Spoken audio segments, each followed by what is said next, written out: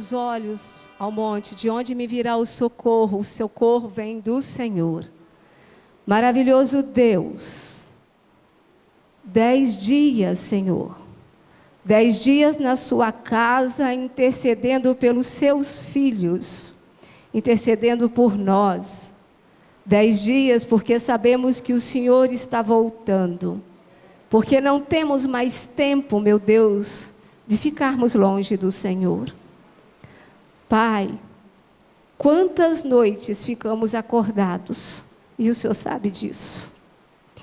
Quantos filhos do Senhor dessa igreja, durante esses 10 dias, na madrugada, orando pelos seus filhos. E o Senhor ouviu as nossas orações. E o Senhor trouxe muitos deles à tua casa hoje. Nós queremos te louvar e te agradecer pela vida dos seus filhos, grandioso Deus. Porque eles são preciosíssimos. Ah, grandioso Deus. Eu queria que eles tivessem os olhos da fé. Eu queria que quando cantasse, não vai tardar, eles pudessem ver o trono de Deus aberto, esperando por eles, meu Deus. E que nada deste mundo nos afastasse do Senhor. Nem riqueza, nem profissão, nem casamento, nem marido, nem filhos. Que nada nos afastasse deste amor incomensurável que o Senhor tem por nós, de dar a sua própria vida, grandioso Deus, para morrer no meu lugar. Por isso, grandioso Deus, neste momento, Santo Espírito, passe pela tua igreja, passe pelo coração de cada um dos seus filhos, toca o coração da nossa irmã Viviane, que o Senhor preparou para falar, que a boca dela seja a boca do Senhor. Derrame sobre ela o seu Shekinah. Lave e purifique os seus pecados. Lave e purifique os pecados da congregação em nome de Cristo Jesus. Nos liberte, Senhor Deus, de qualquer pensamento que não venha do Senhor. Coloque uma espada por cada janela, por cada canto. E não permita que o inimigo do Senhor entre nesse lugar. Porque o Senhor já o venceu lá na Rua de Cruz. O Senhor venceu durante essa semana. Senhor, que glória! Aqueles que diziam que não viria estão aqui hoje. Eu te louvo, Senhor, porque o Senhor é grande demais. Como que o nosso coração precisa estar ligado ao seu coração? Como que precisamos sentir o Senhor tão colado em nós? Por isso, grandioso Deus, muito, muito obrigada. E mais uma vez, cobre-nos com teu Santo Espírito, cobre-nos com seu amor, em Cristo Jesus. Amém. Bom dia, igreja. Vou ficar aqui mais pertinho de vocês, tá bom? Depois de 12 anos, eu atravesso a ponte e estou aqui no púlpito da igreja de Santa Fé. Lembro exatamente o dia em que nós viemos aqui com o pastor... Pastor mesmo? Nem lembro. Mas eu lembro o dia que nós viemos aqui, que era o secretário, pastor Joel Carvalho. Com o pastor Joel Carvalho, e ele estava passando pelo distrito de Campo Grande e dizendo que nós estávamos de saída, indo para nossa associação irmã, do outro lado da ponte. Tão perto e tão longe. Tão perto e tão longe. 12 anos se passaram. Mas eu entro nessa igreja e parece que foi ontem. A única coisa que me faz lembrar, assim, que passou tanto tempo, foi quando eu perguntei assim, que linda, tocando. Ela falou assim, não, são as gêmeas. Eu falei, gêmeas? Não é possível. Porque na minha cabeça elas eram bebês de carrinho. E elas estão tocando na igreja. Então, esses episódios me fazem lembrar que já passaram muito tempo. 12 anos. Mateus era pequenininho. Romário ainda fazia ensino médio. Hoje, o meu filho mais velho, Romário, ele é pastor lá no Amazonas. Fez a faculdade de psicologia. No último ano de psicologia, ele sentiu que ele deveria servir ao Senhor de outra forma. E ele então fez teologia e hoje ele está numa cidade chamada Coari, fica a 340 quilômetros de Manaus, rio acima. 9 horas numa voadora, 24 horas em um barco comum. E ele chega lá no distrito dele e a cidade tem 9 igrejas dentro da cidade, 10 igrejas dentro da cidade, 9 igrejas rio acima. Para ele rodar essas 9 igrejas, ele precisa de uma semana. Ele sai no domingo de manhã e volta no domingo à noite, todas as igrejas, ele só chega às fora da cidade de barco. Ele disse, mãe, é muito interessante, porque você bate a lanterna assim à noite, você só vê os olhinhos dos jacarés. Orem pelo meu filho, irmãos. Deus tem que livrar o meu filho dos jacarés, das onças, das aranhas que são enormes, dos pequenininhos, aqueles insetos, porque dengue, malária, está tudo lá. Orem pelo meu filho e pela minha nora Sara. Mas eles estão super felizes, porque é uma experiência ímpar. E eles estão lá muito, muito felizes, porque eles estão servindo a Deus. Mas orem pelo meu filho, porque eu oro todos os dias, Senhor, livra do pequenininho e do grande também. Descobri agora que eu tive que colocar mais um animal na minha oração, né? Um boto cinza. Nem sabia que existia boto cinza. Ele disse, mãe, tem os botos cinzas, eles arremetem contra os barcos pequenos e viram os barcos. E o problema é se você cair num cardume de piranhas, ou se tiver um jacaré por perto, meu Deus, livra do boto cinza também. Não deixa nenhum passar perto do barco, só se for um barco bem grandão. Mas ele está lá, louvado seja Deus. Larissa já me deu um neto, sou avó do Pedro. Vai fazer agora 3 anos de idade. Lindo, lindo como o avô dele. Menino, ele é muito legal. Acho que não sei quantos aqui acompanham a Larissa nas redes sociais. Ela coloca lá os vídeos dele. É um menino muito especial. Larissa mora na Bahia, numa cidadezinha chamada Medeiros Neto. Então, meus filhos estão todos esparramados. O Mateus está no Edessa, a Larissa está na Bahia e o Romário está lá no Amazonas. Mas em breve vai estar todo mundo juntinho lá no céu. Eu creio, em nome de Jesus. Olhe pela minha família, meu esposo hoje está na cidade de São Gabriel da Palha. Mas ontem, quando ele saiu, ele disse, Viane, por favor, não deixa de dizer àquela igreja o quanto eu os amo e que tem um abraço bem apertado para cada um deles. Receba um abraço do meu esposo. Ele gosta muito. Na época, Campo Grande era sede, né? E eram 9 igrejas, não me engano. São Geraldo, distrito hoje, Santa Fé, distrito hoje. E foram divididos para multiplicar, e louvado seja nosso Deus por isso. Mas hoje nós estamos aqui num dia muito especial. Um dia de reencontro com amigos que já ficaram aqui com a gente, que já cantaram aqui com a gente, mas que deu um tempinho, mas que hoje receberam o convite. Olha, se você não se sentir constrangido, eu queria só ver onde é que você está sentado. Você que recebeu um convite para estar aqui na igreja hoje, você pode só levantar a mão, pode ser bem discretozinho assim, tem como? Só para eu saber quem é que recebeu o convite, que está aqui. Seja bem-vindo, meu amigo. Sejam bem-vindos. Esta é a sua casa, tá? Sinta-se em casa, porque aqui é a casa do Senhor. Bom, e nessa manhã eu gosto muito de pregar sobre os personagens bíblicos. Eu gosto muito de estudar sobre os personagens bíblicos. Porque quando a gente estuda as histórias deles, nós aprendemos muita coisa importante. Algumas para a gente não fazer nunca. E outras para a gente fazer do jeito que está lá, que vai dar certo. E o personagem que nós vamos estudar um pouquinho nessa manhã, todo mundo aqui conhece. E interessante porque esse tem muita coisa que a gente não deve fazer. Muita coisa que a gente não deve fazer. Nós não devemos seguir o exemplo dele. Mas mesmo assim, ele é um homem muito importante da Bíblia. Um homem que entrou na história do povo de Israel e que fez uma diferença muito grande. Ele é um dos homens mais importantes na história do povo de Israel. Na verdade, ele foi considerado, e o que me chamou a atenção para poder estudar um pouquinho mais sobre a história desse homem, porque a Bíblia fala que ele é um homem segundo o coração de Deus. E eu estou falando de quem? De Davi. Eu falei assim, gente, mas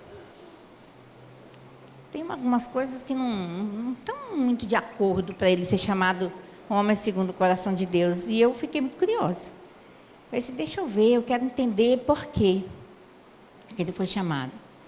E lá em Atos, no capítulo 13, é que nós encontramos essa frase, né? Quando se diz, lá, Atos capítulo 13, deixa eu olhar aqui, porque a gente vai, no versículo 22, diz assim, achei Davi, né? Filho de Jessé, homem segundo o meu coração, que fará toda a minha vontade. Eu fiquei pensando, como assim, né? Homem segundo o meu coração, fará toda a minha vontade. Ele fez um monte de coisa que não é da vontade de Deus. Bom, a Bíblia, ela traz aproximadamente 14 capítulos para contar toda a história da vida de Abraão. Para contar a vida de José, são 14 capítulos na Bíblia também. Para contar a história de Jacó, são 11 capítulos na Bíblia. Para contar a história de Elias, o grande profeta, são 10 capítulos na Bíblia. Mas para contar a história de Davi, são aproximadamente 66 capítulos na Bíblia, sem contar 50 referências que são feitas a ele no Novo Testamento. Quando a gente pensa em Davi, a gente pensa assim, em algumas coisas, né? Por exemplo, quando eu falo assim, Davi, qual é a primeira coisa que vem à sua mente? De verdade, quando eu falo Davi, ixi, a igreja não fala. Vamos lá, de novo, pode falar, tá? Quando eu falo, quando fala Davi, ela diz que lembra de Golias. Muito bem, o que mais? Davi, Batseba, Davi, rei. Davi, poeta. Davi, matador de gigante. Davi, matador de ursos e leões. Olha que coisa bacana, não é? Quando a gente ouve falar dele, quando nós ligamos ele a só um minutinho que eu preciso beber água. Quando nós ligamos Davi aos feitos dele, nós lembramos de algumas palavras que são chaves. Bom, e essa lista oferece a ele tudo aquilo que nós gostaríamos de ter. De ser valentes, fortes, destemidos, reis, rainhas.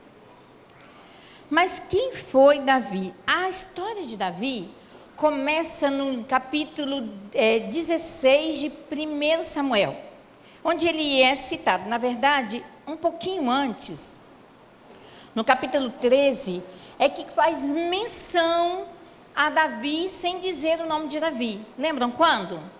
Quando Saul, ele desobedece uma ordem expressa de Deus, Davi foi eleito por Deus como rei de Israel. Ele foi escolhido por Deus, ele foi ungido pelo sacerdote, e ele então, passou-se um tempo, eles tiveram uma guerra contra os filisteus.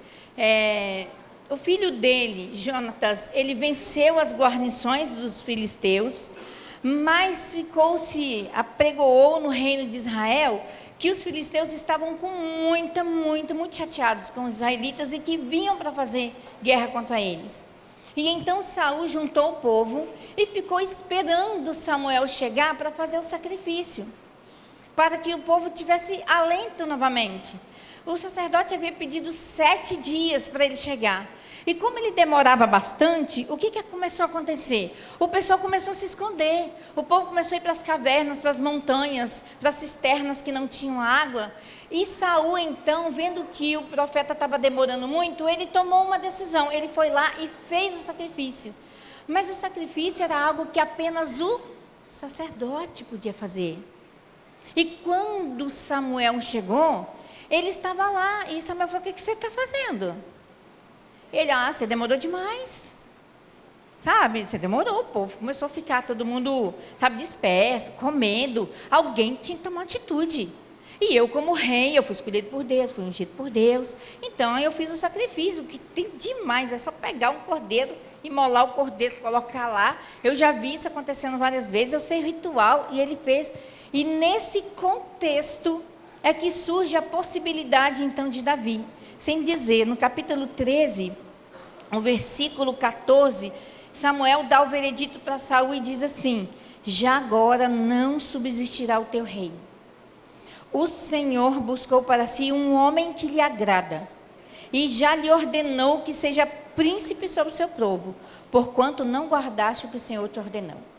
Nesse momento, Deus começa a escrever a história de Davi. Nesse momento. Quando a gente vai para o capítulo 16, algum tempo depois, Deus então diz assim para Samuel: Samuel, olha só, você precisa ir agora, porque você precisa ungir o rei de Israel, o novo rei de Israel. E ele diz: tá bom, e onde é que eu tenho que ir? Onde é que está o rei?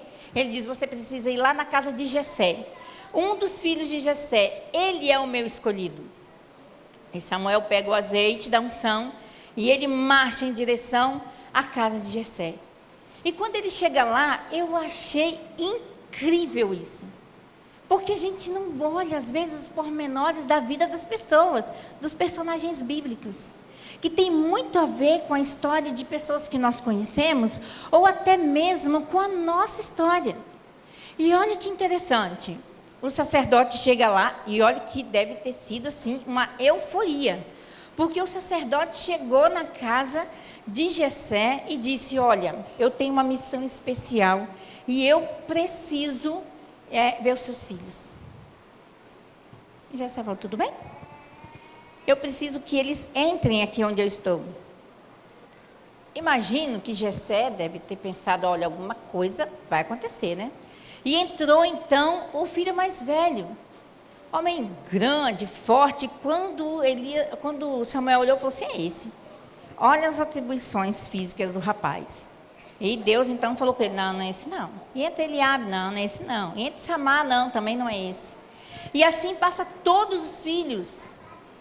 E mesmo assim Deus dizia um após outro: não é esse, não é esse, não é esse. E aí me chama a atenção a fala de Samuel. Qual que foi que Samuel falou para Jessé?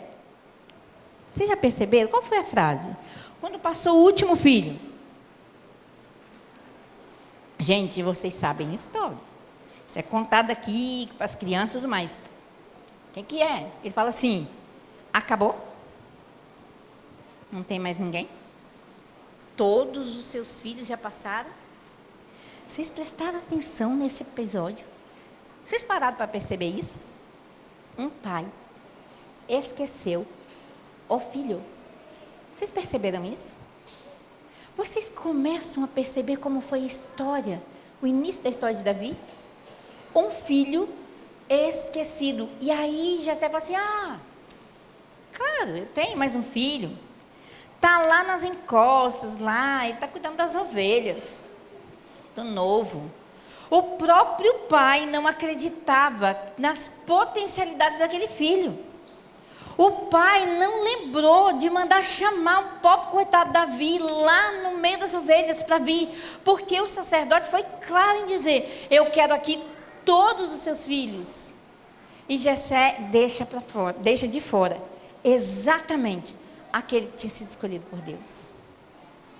Duas lições aqui. Primeiro, cuidado com as escolhas que nós fazemos, porque nós podemos deixar de fora pessoas que foram escolhidas por Deus para um grande propósito. Às vezes nós não damos falta daqueles que são necessários para o crescimento da obra. Aqueles que foram escolhidos por Deus para serem grandes diante do povo de Deus. Cuidado, para nós não esquecermos de pessoas importantes para Deus. Segundo, nunca se esqueça que se ninguém te vê, se ninguém te observa, se ninguém lembra de você, a história de Davi, do grande rei de Davi, te lembra que Deus sempre vê os seus filhos. Não importa onde ele esteja, não importa o que ele esteja fazendo, Deus sempre tem os olhos voltados para os seus filhos. E Deus sabia que lá no meio das ovelhas existia um pequeno, grande homem. E então Jessé manda chamar esse filho esquecido. E ele entra, e a Bíblia diz as características dele. Vocês lembram as características de Davi? capítulo 16 e o versículo 12, diz assim: então mandou chamá-lo e fê-lo entrar. E ele era ruivo, 1 Samuel 16, versículo 12. E ele era ruivo, de belos olhos e de boa aparência. E entra aquele menino, ruivinho, de olhos bonitos, bonitinho, e ele entra. E quando ele entra, ele deve ter ficado meio sem graça, o sacerdote estava ali, e ele entra e vai em direção, e o sacerdote diz: vem filho, vem aqui, preciso falar com você. E quando ele se aproxima do sacerdote, sem saber o que estava acontecendo, porque ele não estava ali quando o sacerdote disse a missão dele, o sacerdote então pega o azeite da unção, derrama sobre a cabeça daquele menino, escorre sobre a sua testa, sobre o seu rosto e pescoço, e o sacerdote desce e abaixa e diz assim: filho, você será o próximo rei de Israel. Vocês imaginam isso? Vocês conseguem imaginar? Vocês conseguem imaginar? O sacerdote, o profeta, no ouvido seu, e dizer que Deus tem uma grande coisa para você fazer? Vocês já imaginaram? Andresa, cadê a Andresa? Andresa, imagina se o pastor Luiz Mário, vou falar pastor Luiz Mário, porque ela trabalha comigo lá, chegar e falar assim: Andresa, vem cá, você será a próxima diretora do CAV. Já imaginou? Rapaz, hoje tem 1.124 alunos, não sei, quem sabe tem 2.000 lá na época, lá, mas imaginou isso? Não, mas pode ser. Seu coração, imagina Davi. Vocês conseguem imaginar, gente? Vocês conseguem imaginar a cena? Consegue imaginar o que aconteceu no coração de Davi? Porque nesse momento eu tenho mais uma lição para a gente tirar da história desse menino. Sabe, quando o sacerdote diz para ele: você vai ser o próximo rei. Eu fico pensando, se fosse eu, gente, se chegasse, eu falasse assim: Viane, você vai ser a rainha do povo de Deus. O que será que eu ia fazer? O que você faria? Rei usa. O que rei usa, gente? Eu talvez pensaria assim: caramba, tenho que pensar na minha coroa.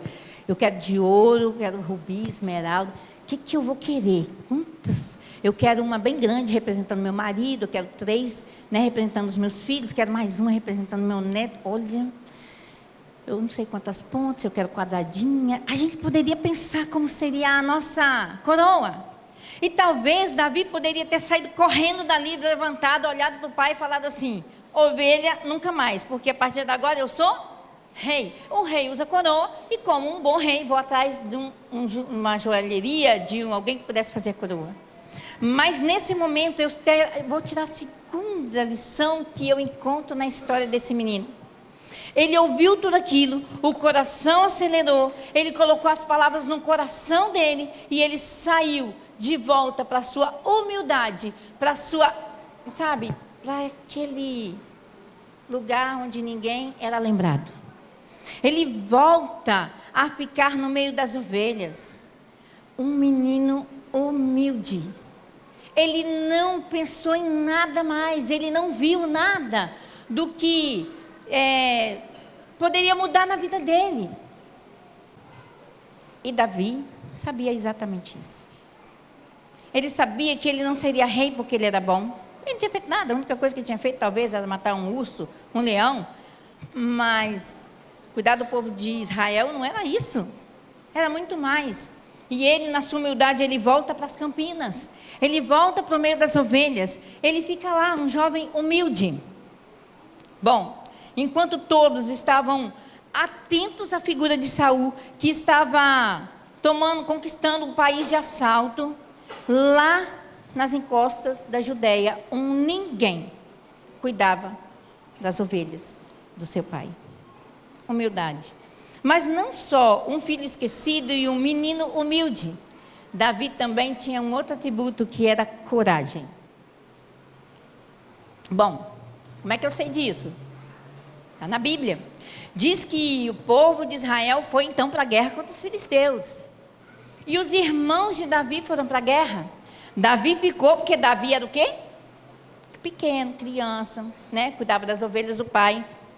E um dia o pai falou assim: Davi, vem cá, deixa as ovelhas com os servos, eu tenho uma missão para você. Você vai lá onde está a guerra, vai lá no acampamento, você vai fazer duas coisas. Você vai levar alimento para os seus irmãos e você vai trazer notícias dos seus irmãos. Você vai saber se vocês estão precisando de alguma coisa, se tem alguém ferido, se precisa, se está tudo bem lá. E Davi foi então levar o que precisava ser levado para os seus irmãos. E quando ele chega lá, ele conversa com os irmãos, pergunta como é que está, se alguém está ferido, o pai está preocupado, mandaram um beijo, está aqui o pão que você gosta, está aqui o biscoitinho que você gosta, ó, você tem aqui um tanto de tâmaras, porque você gosta, mamãe mandou, papai mandou, a porção de cada um, mandou também para o exército, e de repente, enquanto ele entrega as porções e pega então as notícias para voltar para casa, ele ouve um brado, ele ouve um grito. E quando aquele grito é dado, ele percebe que todo o exército de Israel dá um passo para trás. E ele diz: o que está acontecendo? E ele para observar e ouvir o que estava acontecendo. E ele então ouve, e ele vê um homem enorme, um gigante. Quem é? Golias. Lá do outro lado, imponente, gritando, humilhando os exércitos de Israel e blasfemando contra o Deus dele. E ele ouve e fala assim: peraí, o que está acontecendo? Aquele cidadão se levanta lá, grita com vocês, chama vocês tudo de fracote, vai lá e fala que Deus não é nada, e vocês dão um passo para trás. Eu vou resolver esse negócio. Porque ninguém vai falar do meu Deus dessa forma. Ninguém vai falar do meu povo dessa forma. Eu não vou admitir isso. E ele fala isso. E a Bíblia diz que o irmão dele, Eliabe, falou assim: você está querendo o quê? O que você está querendo dizer com isso? Eu sei que tem maldade no seu coração. Está lá, capítulo 17. E Davi fala assim: não tem maldade. É que não é possível que uma pessoa fale do meu povo, do meu Deus, e que não ouça também de volta. Alguém precisa tomar providência, e se ninguém tomar providência, eu vou. E sabe o que é interessante? Que Saul, que era responsável para poder dar a resposta, porque ele era o rei, era ungido, ele era o líder. E Saul, sabe o que ele faz? Ele pega a armadura dele e coloca em Davi. E Davi, e a gente conhece a história, ele não quer, ele pega ali 5 pedras no rio, a sua funda, e era tudo que ele possuía para lutar contra o gigante. Não era isso que ele possuía para lutar contra o gigante. O que Davi possuía para lutar contra o gigante eram 2 coisas, mas não era pedra e funda. Era coragem e conhecimento de quem era o Deus dele. E é por isso que ele foi lá. Não é porque ele tinha pedra, porque imagina, gente, se o pessoal com um monte de arma, com armamento não ia, não seria 5 pedrinhas. Mas o que levou Davi foi porque ele conhecia Deus. Lá nas encostas, sozinhos, esquecido, ele buscava a presença daquele que o via. Ele compunha salmos, ele compunha músicas, e ele ficava ali, ele pensava em tudo que Deus fazia para ele, ele conhecia o Deus. Terceira lição: conheça o seu Deus. Porque se você não conhecer o seu Deus, não adianta você conhecer as doutrinas dessa igreja. Porque quando alguém falar das doutrinas dessa igreja, você vai ouvir e vai acreditar no que eles estão falando. Quando as pessoas disserem que aqui não é o melhor lugar, que estar no meio do povo de Deus não é o melhor lugar, que ir à igreja no sábado não é o melhor lugar, que atender à vontade de Deus não é o melhor lugar, só vai te dar problemas, você vai acreditar. Porque foi isso que aconteceu com o exército de Israel. Quando Golias disse que eles seriam humilhados, que eles seriam destruídos, sabe o que eles fizeram? Acreditaram. Acreditaram. Mais no que ouviram do que aquilo que eles viram, do que os pais contavam, das bênçãos que Deus dava para eles por serem fiéis. Nós vimos aqui, o vídeo. Imagina. Sabe, são pequenas coisas. Ele era corajoso. Ele era humilde. Apesar de ter sido esquecido. Mas eu fico arrasada, porque a história de Davi não termina nesse momento. Porque se a história de Davi terminasse aqui, com a luta entre ele e o gigante Golias, eu teria nas minhas mãos todas as respostas para que esse homem fosse chamado um homem segundo o coração de Deus. Não é? Ele enfrentou um exército. Ele ganhou a luta sozinho, sem arma, sem capacete, sem couraça, sem espada, sem nada.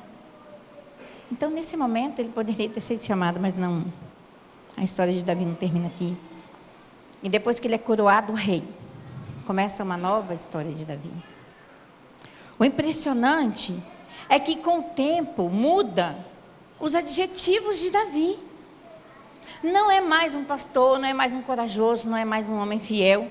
A partir do momento em que a história dele vai se passando como rei, ele começa a ter outros adjetivos: traidor, assassino, adúltero, mentiroso, desobediente. E eu pergunto, como pode um homem com tantos adjetivos pode ser chamado um homem segundo o coração de Deus? Quando a gente olha a história de Saul e Davi, quem pecou mais? Saul ou Davi? Não, de verdade, gente. Quando a gente lê a Bíblia, quem pecou mais? Saul ou Davi? Porque Saul, ele adulterou. A Bíblia escreveu lá o adultério de Saul. Na minha não tem. A Bíblia diz que ele maquinou para matar uma pessoa? Não. Falou que ele tinha problema com a família dele, os meninos dele eram tudo, né? Pelo contrário, a Bíblia diz que Jonatas saía em guerra, ganhava guerra. Jonatas era um menino de Deus. Ele sabia que como filho do rei, ele tinha que fazer alguma coisa pelo povo. E ele ia nas empreitadas, ele ia nas guerras, ele ganhava a guerra. Então, quando eu leio a história de Saul e quando eu leio a história de Davi, eu fico assim, tem um negócio errado. Sabe, um homem segundo o coração de Deus não é Davi, parece mais ser Saul. Ele só fez um errinho de nada. Ele só foi lá e matou uma ovelhinha e fez um sacrifício. Ele fez um culto, gente. Ele fez um culto. É como se o pastor Jair não chegasse aqui para dar Santa Ceia. Tivesse o povo aqui esperando há horas. E de repente levantasse alguém e falasse assim, gente, então vamos lá, vamos orar. Fulano, você canta, né? Você vai dividir. Fizesse o culto. Qual o problema nisso? Né? Quando você vê, poxa, ele fez um culto. Perdeu o reino. E Davi fez tudo isso. Sabe? A gente precisa entender. E aí, quando eu fui estudando, eu fiquei, pronto, agora que eu não entendo mais nada. Porque à medida que o tempo passa, Davi começa a mudar seu comportamento. Agora, Davi não ficava mais em meio às ovelhas, solitário lá nas colinas. Agora, Davi, ele ficava em meio aos soldados, que o aclamavam a cada conquista que ele fazia. Agora, Davi não ficava mais em meditação, compondo os hinos para Deus. Davi agora era o motivo das músicas. As pessoas cantavam para ele e cantavam dele. Lembra das músicas? Davi não compunha mais, Davi recebia as composições. Davi agora, ele não mais derrotava ursos e leões que atacavam as ovelhas. Agora Davi, ele derrotava generais com todo o seu exército. Sabe que era esse o problema de Davi? Mas ele não foi feito rei para isso, para conquistas. Ele não foi colocado rei para ser grande. Ele agora começou a tomar as suas decisões. O problema é que Davi agora comandava. Não mais ele era um solitário, ele comandava. Ele era um rei. E sabe qual foi o problema de Davi? É que quanto mais ele se afastou de Deus, mais ele se aproximou do pecado. Vou dizer de novo. O problema de Davi é que quanto mais ele se afastou de Deus, mais perto ele chegou do pecado. E eu vim aqui em nome de Jesus para dizer para você, não se aproxime do pecado. Não se aproxime do pecado. Porque ele tem um imã muito grande. Sabe, Davi começou a sua ruína, não foi porque ele foi feito rei, foi porque ele achou que ele era capaz de vencer as tentações sozinho. Ele deixou de passar tempo com Deus, ele deixou de orar, ele fez com que todos os seus afazeres fossem mais importantes. Sabe, agora ele tinha um emprego, ele foi eleito rei, ele precisava estar cedo, ele precisava estar na frente do exército, ele precisava estar ali quando fosse fazer as revistas, ele precisava tomar as decisões, ele precisava dar veredito, ele precisava ser juiz. E ele levantava cedo e ele dormia tarde. E ele se envolveu tanto com as coisas de Deus que ele esqueceu do Deus das coisas. E às vezes nós nos afastamos de Deus porque da igreja, porque nós nos afastamos do Deus da igreja. Sabe, Davi estava no templo todos os cultos, eu acredito nisso. Mas Davi não tinha mais tempo para ele e Deus. Ele não tinha mais tempo para compor para Deus. Ele não tinha mais tempo para falar de Deus, para ouvir Deus no silêncio. E às vezes a nossa destruição, a nossa ruína, é porque nós fazemos exatamente isso. Nós achamos porque nós somos eleitos pela igreja como ancião, diácono, escola sabatina. Ou então nós começamos a achar que é tudo tão pesado, que nós carregamos um fardo tão grande, que nós começamos a deixar as coisas de Deus. E foi isso que aconteceu com Davi. Um rei aclamado, quando ele se afasta de Deus, ele se aproxima do pecado, e ele adultera com Batseba, e ele então manda matar Urias, e ele então desobedece a Deus e faz a contagem do povo. Deus diz, não conta o povo, não é para contar o povo. E Davi vai lá e conta o povo. Davi não põe ordem na casa dele, os filhos viraram uma confusão. O filho vai lá e molesta a irmã, o irmão daquela vai lá e mata o outro irmão. Que confusão! Porque quando nós nos afastamos de Deus, todos que estão em volta pagam preço. Todos. A escolha de se afastar de Deus, a escolha de ficar longe das coisas de Deus, não afeta quem faz a escolha, afeta quem faz a escolha, mas também afeta aqueles que estão próximos, leva dor, leva tristeza, e aí, ele não consegue lidar com nada disso, e mesmo assim, e eu faço a pergunta, por que então, Davi foi chamado um homem segundo o coração de Deus? Por quê? Sabe por quê? Porque a história de Davi não termina aqui. A história de Davi não termina quando ele está longe. A história de Davi não termina quando ele está longe de Deus. A história de Davi não termina quando ele peca, quando ele escolhe o erro. A história de Davi, ele continua. E olha, Deus não deixa ninguém no pecado sem que mande alguém para falar ao seu coração. Sempre Deus vai mandar alguém para falar com os filhos dele. Lembra de Caim? Lembra de Caim? Caim, o que você está pensando? Deus falou com ele, o que você está pensando? O pecado está na porta do teu coração, você precisa dominar esse pecado, olha os seus pensamentos. Caim estava pensando, maquinando matar o irmão dele. E Deus disse, filho, presta bem atenção no que você está pensando. Olha o caminho que você está tomando. Sabe? E Deus manda um profeta falar com Natã. Com Davi. Manda Natã falar com Davi. E Natã, então, ele é anunciado. Natã está aí.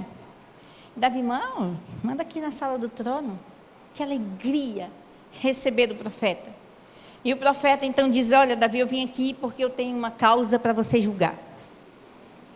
Um homem rico tinha um monte de ovelhas, bois.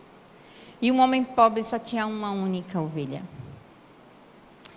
E Natã começa a contar a história. E olha, o homem rico que tinha um monte de ovelhas, foi lá e pegou a ovelhinha, que é a única ovelhinha do cara. Ficou com a ovelhinha dele. Mandou matar o cara. Olha o que ele fez, Davi. E Davi, no senso de justiça, ele se levanta e diz, o quê? No meu reino, um homem rico, com um monte de ovelhas, vai pegar uma única ovelhinha da outra pessoa. Esse homem tem que morrer. E mais, Essa ovelhinha que ele pegou tem que ser restituída 4 vezes mais. Senso de justiça de alguém que estava longe de Deus, alguém que estava distante, não conseguia ver exatamente o que Deus estava mostrando. Sabe, eu quero que você que veio aqui hoje, a convite, quero falar só para você agora. Deus te vê onde você está. Nunca fechou os olhos para onde você estava. Outra coisa, Deus sempre mandou alguém falar com você. Se não foi uma pessoa da igreja, foi uma música, foi uma reportagem, alguma coisa Deus sempre usou para dizer no seu coração: eu preciso de você. Porque Deus não deixa o filho dele se perder sem antes chegar no coração dele. E é por isso que você está aqui nessa manhã.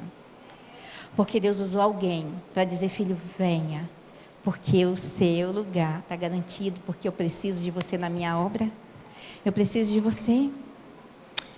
E aí quando ele diz: olha, esse homem tem que morrer, estou determinando, pega o meu sinete, pega o meu anel, vou escrever a sentença, vou marcar com o meu selo, porque essa pessoa precisa morrer.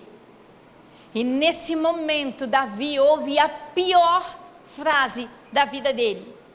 Ele ouve Natan dizendo: Davi, desculpa, mas tu és esse homem. É você, Davi. Tu és o homem. É você que tem tanta coisa. Urias era teu amigo. Olha o que você fez. Em alguns segundos, Davi começa a olhar para o passado. Ele vê toda a sua trajetória. Ele vê o urso sendo estraçalhado por ele. Ele vê o leão sendo morto. Ele lembra do dia que ele caminhou na casa dele, na sala, foi até o sacerdote. E ele derramou o azeite. Ele ouve nitidamente o sacerdote dizendo: você será o próximo rei de Israel. E tudo começa a passar na frente dos olhos dele. Tudo. Não foi ele que matou o urso. Agora as coisas começavam a fazer sentido para Davi. Eu não matei urso. Não foi eu que matei. Não foi eu que passei na vestibular. Não fui eu. Tudo foi obra de Deus. Foi Deus que me encontrou lá no nada. Foi Deus que me trouxe para a igreja. Foi Deus que me levou dentro do tanque batismal. Agora as coisas fazem sentido. Eu não sou ninguém, eu não faço nada por mim mesmo. E aí, Davi, ele diz uma única frase: o que foi que eu fiz? O que foi que eu fiz? Foi o grito de desespero de Davi naquele momento. Eu pequei contra o Senhor. Eu não merecia nada. É Deus que fez tudo para mim, eu não merecia nada. O que foi que eu fiz? Ele começa a reconhecer quem ele era. E enquanto ele entra em desespero, com a mão na cabeça, gritando: o que foi que eu fiz? O que foi que eu escolhi? Uma frase é dita por Natan. Vocês lembram da frase? Vocês lembram da frase? Da graça de Deus sendo derramada sobre aquele homem pecador, impuro, miserável. Vocês lembram da frase? A frase diz: o Senhor te perdoou. Davi, o Senhor te perdoou. Mas aquela frase não soava muito bem para Davi. Como assim Deus me perdoou? O que eu fiz? Como assim Deus me perdoou? Davi entra em desespero. E ele vai para dentro do quarto dele. E lá no quarto ele se joga no chão. Sabe, ele começa a ouvir os salmos que ele compunha, as músicas de aclamação a ele. Urias levando a própria carta, Batseba dentro do palácio, seu filho morto. E ele fica desesperado. E no meio de tudo isso, ele conseguia ouvir um eco. O Senhor te perdoou. O Senhor te perdoou. O Senhor te perdoou. E Davi então cai de joelhos. Pega lá um instrumento que ele usava para escrever. Pega papel e caneta. E ele começa a escrever. Ele começa a escrever. Começa a falar daquilo que estava no coração dele, do desejo dele. E é nesse momento que Davi escreve o Salmo 51. Nesse momento exato que Davi escreve o Salmo 51. E ele diz: cria em mim, ó Deus, um coração puro. E renova dentro de mim o espírito inabalável. Não faz sentido agora o Salmo 51? Vocês conheciam? E foi nesse momento que ele escreve. Ajoelhado, destruído, morto. Sabe, não era ninguém. Ele estava pior do que quando ele foi encontrado lá com as ovelhas. E ele disse: Senhor, cria em mim, Senhor, um coração puro. E sabe qual a palavra que ele usa para cria em mim? Cria. Ele usa Beshi Bará. E essa palavra Beshi Bará é a mesma que é usada em Gênesis 1, capítulo 1, versículo 1, quando diz: criou Deus os céus e a terra. Beshi Bará. Do nada. Deus criou tudo. Do nada que não tinha. Deus fez os animais, fez as plantas, fez o homem, fez a terra, fez o ar, fez os astros, fez as estrelas. Do nada, Vera. E Davi, sabendo disso, ele diz: Senhor, assim como do nada o Senhor criou a terra, do nada que eu sou, Senhor, cria um coração. Porque o coração que eu tenho é um coração que não presta. É um coração que quando uma luz se acende, eu vou até ela. Sabe, Senhor, esse coração é mau. Sabe, quando alguém fala alguma coisa comigo, eu me sinto tão chateado que eu viro as costas para tudo. Eu viro as costas para a igreja, eu viro as costas para Deus, eu viro as costas para o amor de Deus. Senhor, cria em mim um coração puro, do nada que eu sou fazer alguma coisa. Esse foi o clamor de Davi naquele dia, quando ele entendeu que Deus perdoa. Não importa o que nós fazemos, não importa onde nós vamos, não importa o pecado que nós fazemos, Deus perdoa. E eu vim aqui em nome de Jesus para dizer para você, minha igreja, meu irmão, Deus te perdoou. Você consegue ver a sua história cruzando com a história de Davi? Porque eu consigo ver a minha história. Sabe, quando eu olho a mesma, quem sou eu? Sabe quem sou eu? Quantas vezes eu tenho vontade de desistir de tudo. Estava dizendo, passando ali, a gente conversando sobre o colégio, eu disse: olha, semana passada eu cheguei em casa, disse para o meu marido: chega,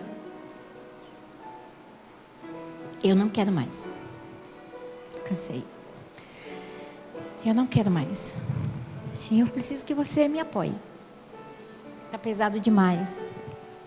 Sabe, cuidar de 1.120 alunos, 94 funcionários. Sabe, eu sei a hora que eu chego, eu nunca sei a hora que eu saio. Eu não quero mais. Pesado demais. Minha vontade de desistir. E aí eu lembro da história de Davi. Porque quem era a Viviane? Quem era a Viviane? Eu nasci numa vila, no interior de Minas Gerais. Fiz o magistério. Comecei como professora. E Deus viu algo que às vezes eu ainda não vejo. Às vezes eu quero desistir, porque esse é o meu coração, vontade de desistir daquilo que Deus propôs para mim como minha obra. Quando eu olho para dentro da minha casa,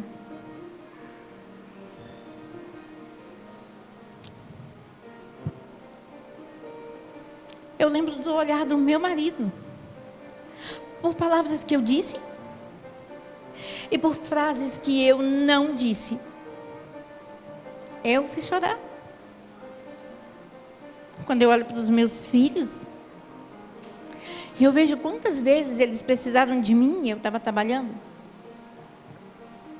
Quantas vezes eu precisava estar ali e eu não estava. Quantas vezes eu disse não para coisas na igreja. Quantas vezes eu disse não vou na igreja, estou cansado, meu Deus, trabalhei o dia inteiro. Deus vai entender. Mas eu tinha ânimo para outras coisas. Então, quando eu olho para a minha vida, eu não sou diferente de Davi. Mas sabe o que me mantém de pé, irmãos? É aquela frase que Natan disse para Davi depois do discurso. Porque quando meu marido diz, Viane, você está indo demais, você está demais, desacelera, calma, sabe, vai estudar, sabe, vai ler. Eu gosto de ler os comentários bíblicos, eu gosto de ler, gosto de aprender. Ele falou, vai lá, você está distante. Sabe, quando o meu marido vai lá e me repreende pelas coisas que eu estou deixando de fazer. Junto com tudo isso, eu escuto a frase de Deus. Viane, vai lá, porque o Senhor te perdoa. Consegue, Vanélia, escutar? Vanélia, não importa, porque o Senhor te perdoa. Você está perdoada. Ju, você consegue ouvir? Ju, não importa nada. O Senhor já te perdoou. É tudo que importa. Para você que veio aqui hoje, leve de tudo que eu estou falando essa única frase. O Senhor te perdoou. E nesse momento, eu consigo enxergar, eu descobri, eu consegui entender por que Davi é chamado um homem segundo o coração de Deus. Sabe por quê? Não é porque ele nunca pecou. Não é porque ele nunca fez uma escolha errada. Não é porque ele nunca caminhou por um caminho ruim. Não é porque ele nunca fez escolhas difíceis. É porque ele sabia o caminho de volta. Bullion diz uma frase inesquecível. A vitória de Satanás não está em fazer você cair. A vitória de Satanás está em fazer você acreditar que nunca mais você vai conseguir se levantar. Vou repetir. A vitória de Satanás não está em fazer você cair. E a igreja não diz amém? A vitória de Satanás não está no momento que você caiu, meu irmão, minha irmã. No momento que você deixou de entrar para essa igreja. A vitória de Satanás, ela só existe quando ele faz você acreditar que você nunca mais pode entrar por esse corredor. Ele faz com que você acredite que nunca mais Deus vai ouvir a sua oração. De que nunca mais você será uma pessoa fiel novamente. E eu vim aqui em nome de Jesus para dizer, o Senhor já te perdoou. E é por isso que nós estamos aqui reunidos nesta manhã. Porque nós conhecemos o Deus da história de Davi. E quando ele é chamado um homem segundo o coração de Deus, não é porque ele tem um coração igual ao de Deus, velho. É porque segundo o coração de Deus, segundo os desígnios de Deus, segundo a vontade de Deus, Davi era um homem que podia fazer exatamente aquilo que Deus queria. Porque mesmo errando, Davi conhecia o caminho de retorno. Porque a gente não vê na Bíblia Davi cometendo o mesmo erro. A história de Davi foi uma história de quedas e ascensões. Diferente, mas Viane, o que tem diferença? A minha vida também é de quedas e ascensões. Eu estou em pé, eu caio, eu levanto, eu caio, eu levanto. Quando eu vejo, eu estou no pó. Eu estou longe de tudo. Sabe qual a diferença entre nós e Davi às vezes? É porque Davi caía e levantava mais forte. Aí Davi caía. Davi levantava mais forte. E Davi caía. E Davi levantava mais forte. Porque Davi conhecia o endereço do coração de Deus. Davi sabia exatamente quem era Deus. E quando nós caímos, levantamos, e daí a pouco não levantamos mais. É porque nós não conhecemos o Deus que nós lemos e ouvimos.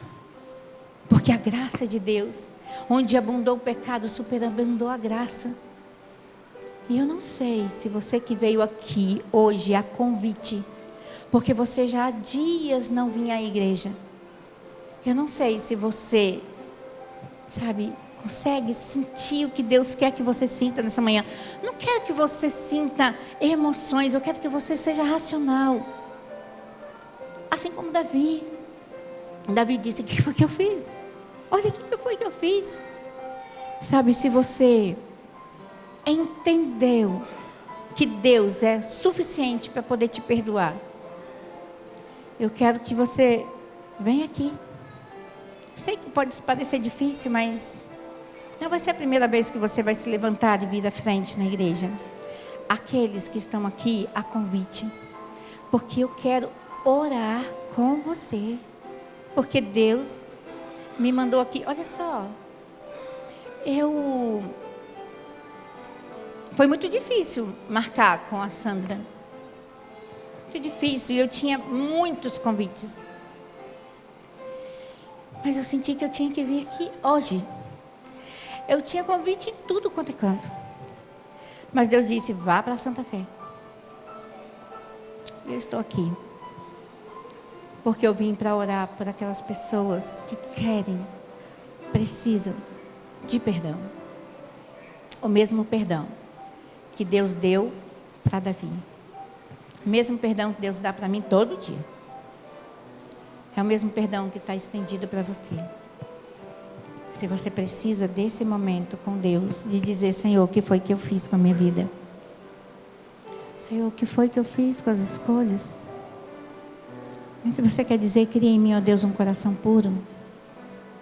Se você quer dizer como Davi: cria em mim um coração, um espírito inabalável. Eu gostaria que você viesse aqui. Eu quero orar por você. Quero orar com você. E a igreja também vai estar orando por você.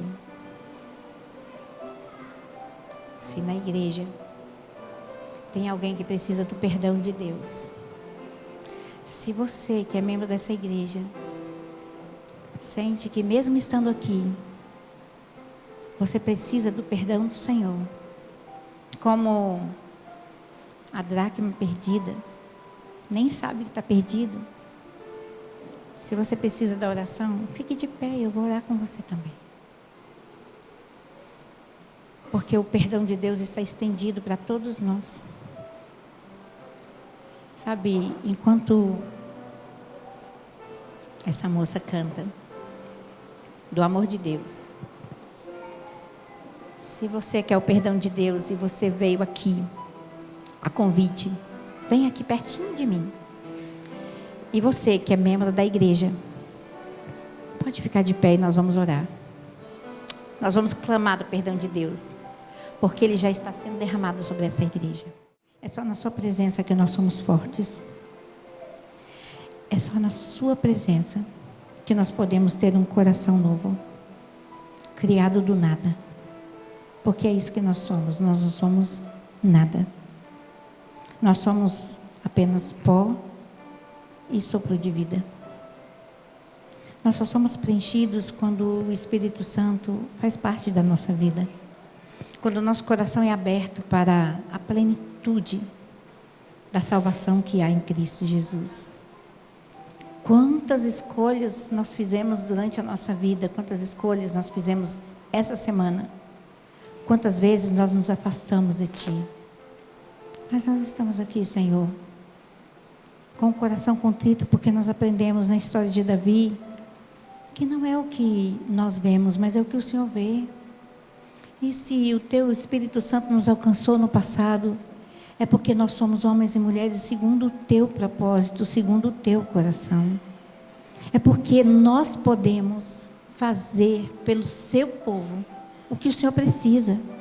E é por isso que o Teu Evangelho nos alcançou. É por isso que o amor de Cristo fez parte da nossa vida. Porque o Senhor vê o que nós não vemos. O Senhor conhece as nossas possibilidades quando nós estamos ligados à videira. Então, Senhor, em nome de Jesus, eu peço por essa igreja. Em nome de Jesus, eu clamo por todos que aqui estão e os que aqui não estão. Que o Senhor possa nos ligar à videira, para que possamos produzir frutos. Aqueles, ó Pai, que um dia deixaram de vir aqui, que eles sintam saudade do Teu povo e, acima de tudo, saudade do nosso Deus. Abençoa-nos, ó Pai. Perdoa a todas as nossas dívidas que temos para contigo. Faça-nos homens e mulheres segundo o Teu coração, para que possamos pregar o Teu Evangelho. A Tua bênção esteja sobre nós, sobre a nossa casa, sobre a Sua igreja, em nome de Jesus. Amém.